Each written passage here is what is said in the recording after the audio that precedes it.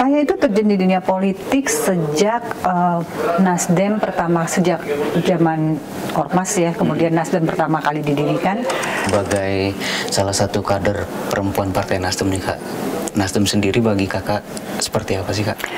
Nasdem ini adalah rumah perjuangan, rumah kaum perempuan gitu ya. Dan Nasdem ini sangat membuka luas gitu ya bagi perempuan-perempuan untuk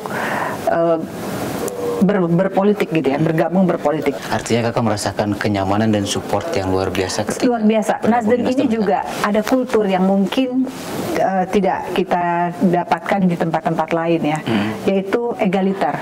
Ada kepercayaan masyarakat di situ Kak, iya. Dari dapil gitu kan Kak. Itu apa yang Kakak tangkap selama ini di dapil sana Kak? Sebuah negara itu saya yakini bahwa sebuah negara maju itu kalau masyarakatnya itu adalah masyarakat yang memperoleh pendidikan yang layak gitu ya. Jadi isu pendidikan, isu kesehatan perempuan, kemudian juga isu infrastruktur dan lain sebagainya, pertanian, itu saya gather. Jadi saya tidak hanya mengoptasi hanya di satu bidang saja gitu, tapi saya mempelajari semuanya.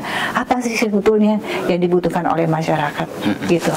Karena kepercayaan yang diberikan itu dengan sebuah harapan, kembali dengan sebuah harapan, dan itu harus kita perjuangkan. Pemilihan legislatif di 2024 ini sangat-sangat keras dan sangat-sangat challenging gitu ya. Saya melapisi dengan berlapis-lapis tim begitu untuk memagari dengan strategi yang saya kombinasi di lapangan. Ini benar-benar saya perang ini saya pimpin sendiri gitu. Jadi saya turun langsung. Jadi saya tidak order cuma cek ini sudah beres belum, ini sudah beres, tidak. Saya memimpin, saya lead langsung semuanya, saya orkestrasi sehingga syukur alhamdulillah Gusti Allah mboten sare dalam istilah bahasa Jawanya ya. Saya orang yang tidak pernah lelah untuk belajar ya. Saya tidak pernah diri saya itu saya tidak pernah merasa cukup dengan pengetahuan yang saya punya sekarang, dengan pengalaman empiris yang saya punya sekarang.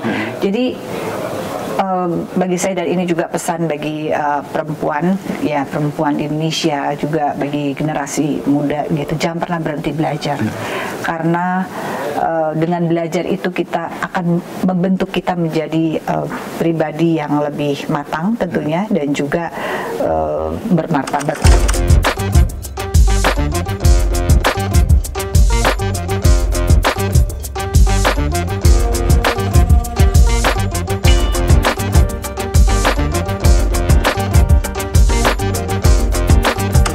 Kakak semua, kali ini kita kedatangan kembali tamu yang sangat spesial.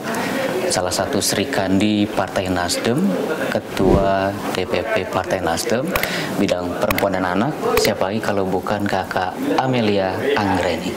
Halo. Selamat datang Kak di Cerita Politisi.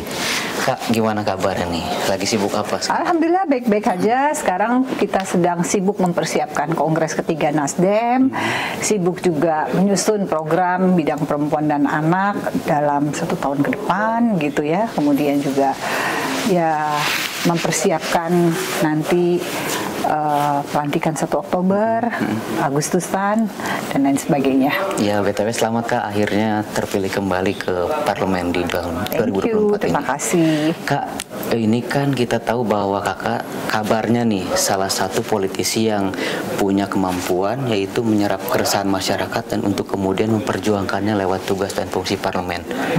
Itu boleh tahu gak sih Kak, sejak kapan sebetulnya Kakak terjun di dunia politik itu? Saya itu terjun di dunia politik sejak Nasdem pertama, sejak zaman Ormas ya, kemudian Nasdem pertama kali didirikan 11 tahun yang lalu ya. Jadi dari 2013, dari 2012 bahkan 2012 sampai dengan saat ini. Ketika itu pertama saya mendapat tugas menjadi wakil sekjen ya, ketika partai ini baru berdiri. Kemudian saya dari sanalah saya belajar secara otodidak, ya tentu saja dengan bimbingan senior-senior, ketua umum dan kawan-kawan politisi lainnya yang sudah senior di partai ini ya. saya belajar, kemudian sampai dengan saat ini 2014 saya mengikuti kontestasi pemilihan legislatif pertama Nasdem, dan syukur alhamdulillah ketika itu kita memperoleh 36 kursi dan ada 3 orang perempuan yang terpilih ketika itu, dan salah satunya adalah saya. Luar biasa. Jadi dalam perjalanannya, dalam 3 kali pemilihan legislatif, 2019 saya pernah gagal dengan selisih tipis. Kemudian syukur alhamdulillah di pemilihan legislatif 2024 ini saya memperoleh kursi saya kembali. Ya, bahkan sebelum Partai Nasdem ini berdiri, Kakak Amel sudah waktu itu menjadi salah satu deklarator Garda Wanita. Iya, betul sekali. Jadi saya adalah salah satu deklarator Garda Wanita, ya, satu sayap partai yang membidangi perempuan gitu ya, kegiatan sosial kemasyarakatan. Garda Wanita itu belum bergabung ke Partai Nasdem ya? Oh sudah. Jadi itu memang sudah sayap ya, underbow, sudah sayap partai. Jadi sudah menjadi bagian organisasi sayap di bawah DPP. Jadi secara hierarki seperti itu. Gitu. Nah itu kan pasti tugasnya cukup berat tuh, untuk bisa menghidupkan Garda Wanita hingga seluruh pelosok tanah air, ya kan? Ketika itu yang melit Garnita adalah Kakak Irma Suryani Caniago, ya, kalau kita melihat history. Kemudian karena beliau juga menjadi pengurus di DPP ketika itu, lalu saya diberikan tugas sebagai pelaksana harian Ketua Umum Garda Wanita Malahayati dalam berjalannya waktu sampai dengan saya mengikuti kontestasi pemilihan legislatif. Kemudian saya terpilih dan saya diberikan tugas kembali untuk menjadi Ketua Bidang Perempuan, Kesehatan Perempuan dan Anak, ya, pada periode itu. Lalu sampai dengan saat ini syukur alhamdulillah saya masih diberikan kepercayaan untuk mendapat tugas di bidang perempuan dan anak gitu ya, karena bidang ini juga merupakan bagian dari perjuangan saya, bagian yang saya artikulasikan ketika saya di DPR, bagaimana perempuan bisa menepati posisi-posisi strategis, tidak hanya sebagai pelengkap di parlemen atau tidak sekedar hanya pemenuhan kuota, tapi perempuan harus tahu apa yang diperjuangkan, gitu ya, harus tahu, mereka harus mempunyai perspektif bahwa mereka dipilih oleh rakyat, dipilih oleh masyarakat. Dan saya meyakini bahwa di antara pemilih itu pasti banyak sekali perempuan yang memilih, yang menempatkan harapan kepada kita sebagai wakil rakyat, gitu ya. Nah, sebagai salah satu kader perempuan Partai Nasdem nih Kak, Nasdem sendiri bagi Kakak seperti apa sih Kak? Nasdem ini adalah rumah perjuangan, rumah kaum perempuan, gitu ya. Dan Nasdem ini sangat membuka luas gitu ya bagi perempuan-perempuan untuk berpolitik gitu ya, bergabung berpolitik. Jadi saya mencernanya baik-baik bagaimana ketika saya pertama kali ikut pemilihan legislatif 2014, saya itu tidak punya background, saya bukan politisi, saya bukan seorang tokoh begitu ya, tapi saya diberikan nomor urut 1. Ya. Jadi itu kepercayaan yang sangat luar biasa, dan itulah yang men-challenge saya untuk bahwa kepercayaan ini tidak boleh saya sia-siakan, dan saya berjuang habis-habisan untuk mendapatkan 1 kursi ketika itu 2014 yang lalu. Artinya Kakak merasakan kenyamanan dan support yang luar biasa. Luar biasa. Nasdem ini juga ada kultur yang mungkin tidak kita dapatkan di tempat-tempat lain ya, yaitu egaliter. Jadi semua di dalam rumah Nasdem ini adalah sama. Jadi tidak ada gap antara senior junior, politisi senior, politisi junior, tidak. Nasdem memberikan tempat dan ruang kepada anak muda, kepada perempuan, kepada semua bagian dari masyarakat begitu ya, untuk ayo berpolitik kita pada perjuangan yang sama ya, perjuangan yang sama apa tadi, membuat perubahan, membuat Indonesia yang lebih baik gitu ya, yang ada maknanya dalam kata-kata restorasi itu. Itulah menjadi titik juang kita. Makanya salah satu cerminnya semua orang dipanggil kakak ya Kak. Iya betul. Karena supaya tidak ada batasan gitu kan, tidak ada senior junior. Jadi itu adalah sebuah ketauladanan yang diajarkan oleh Ketua Umum gitu ya, bahwa bahwa di dalam politik itu yang harus dibangun itu adalah soliditas, ya, kebersamaan, ya, dan sehingga bisa juga membangun spirit perjuangan untuk mencapai apa yang dicita-citakan oleh Partai Nasdem yang termaktub di dalam ADART dan tujuan partai tentunya. Kak, kan ketika orang itu terjun ke politik kan tidak semuanya punya keterpanggilan yang sama, karena politik punya alam yang tersendiri, itu yang mungkin sudah dijelaskan. Kalau yang mendorong kakak itu sebetulnya? Jadi begini ya, orang itu kadang-kadang punya yang namanya stigma, stigma bahwa politik itu adalah keras, politik itu adalah gaduh, politik itu adalah sesuatu yang sulit diraih, politik itu adalah costly, sesuatu yang mahal, gitu ya.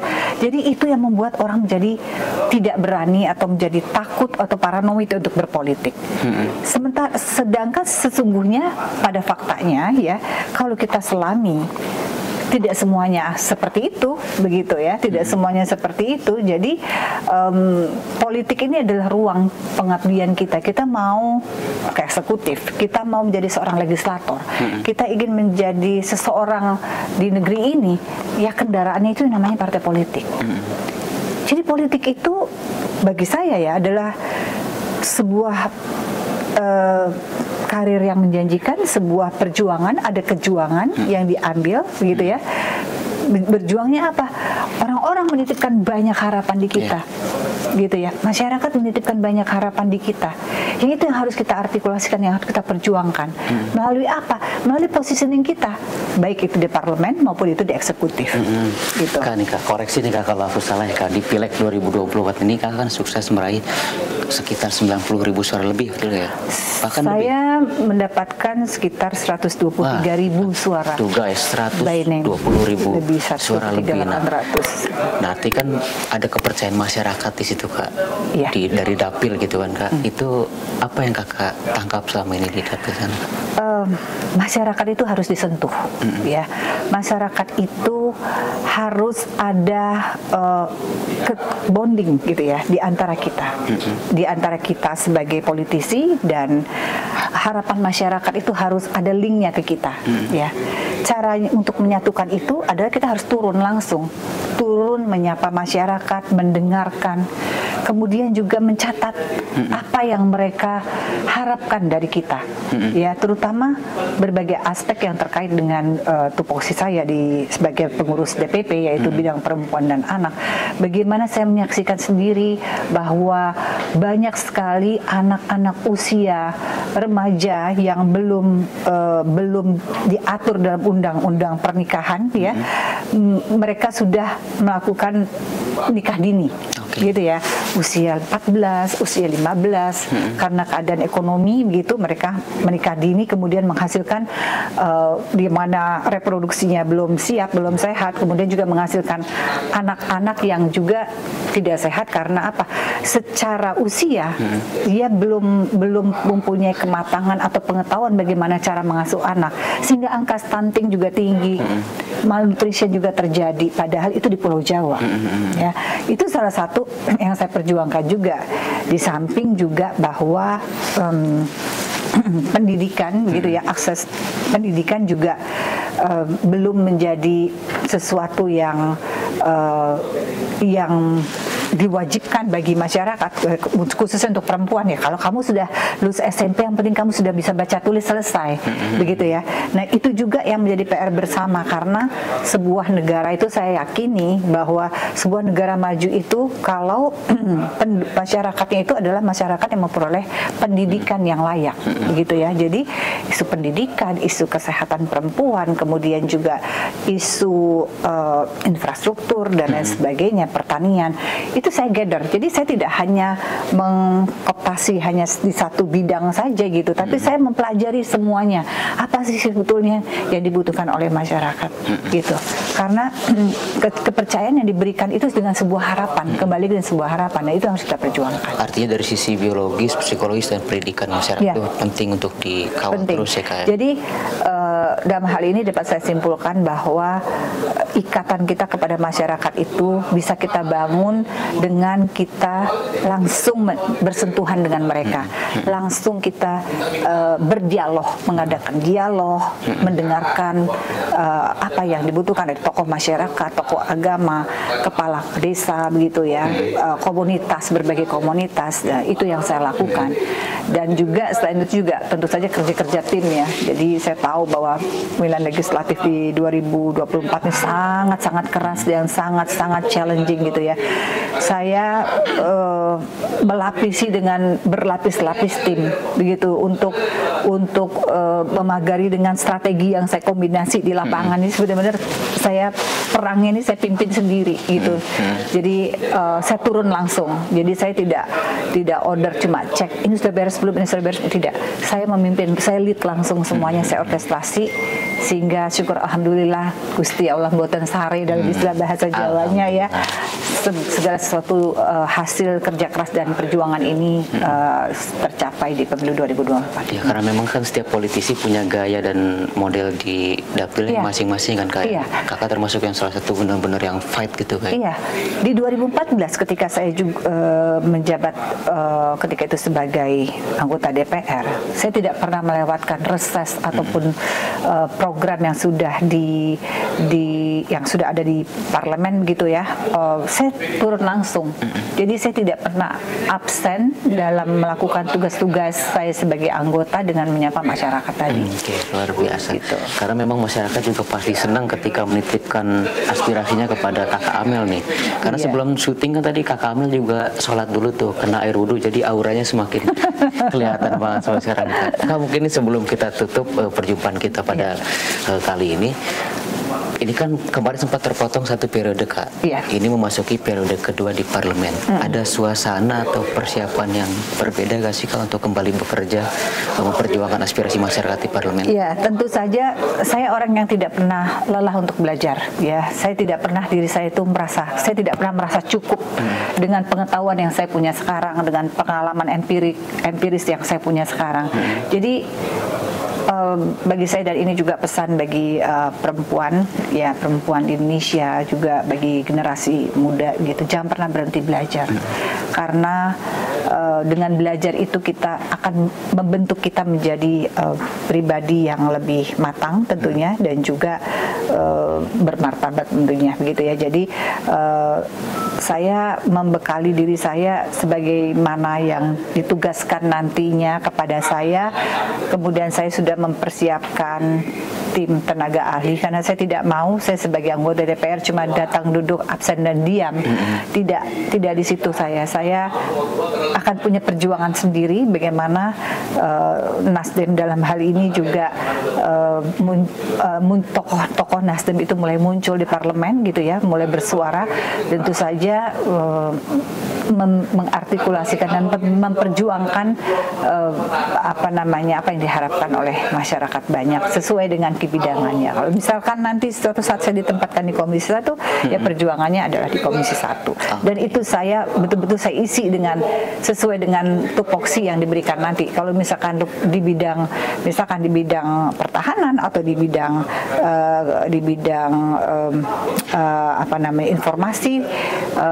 informasi dan lain sebagainya, ya itu yang akan saya dalami, itu yang saya akan pelajari. Siap, luar biasa. Tapi sebelum terakhir banget nih Kak, publik juga penasaran nih Kak, karena tanggal 25 sampai 27 Agustus ini kan akan ada Kongres ketiga Partai Nasdem Kak. Ada bocoran-bocoran nggak sih Kak?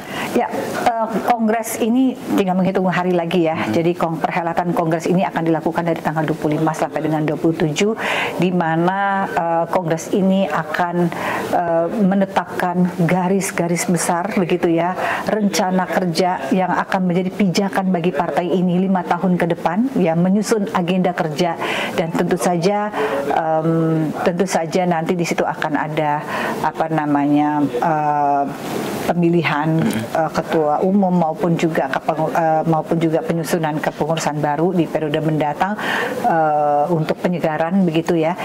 Dan tentu saja agenda Kongres ini tidak hanya itu, tapi yang saya dalami sekarang, yang sedang dilakukan sekarang ini, dia menyusun rencana-rencana kerja 5 tahun mendatang, dan juga diawali oleh berbagai program prakongres ya, prakongres dengan berbagai isu yang sangat menarik begitu ya, dan kemudian hasil dari berbagai narasumber, kemudian para expertise gitu ya, para pakar, itu dibuat dalam satu jurnal yang nanti akan dipublikasikan dan menjadi acuan perjuangan Nasdem baik di parlemen maupun nanti di eksekutif setelah 1 Oktober nanti gitu. Oke, terima kasih banyak Kak atas kehadiran di Cerita Politisi kali ini, dan informasi dan juga insight-insight baru untuk kakak-kakak semua yang menyaksikan tayangan kita kali ini. Ya, sama-sama.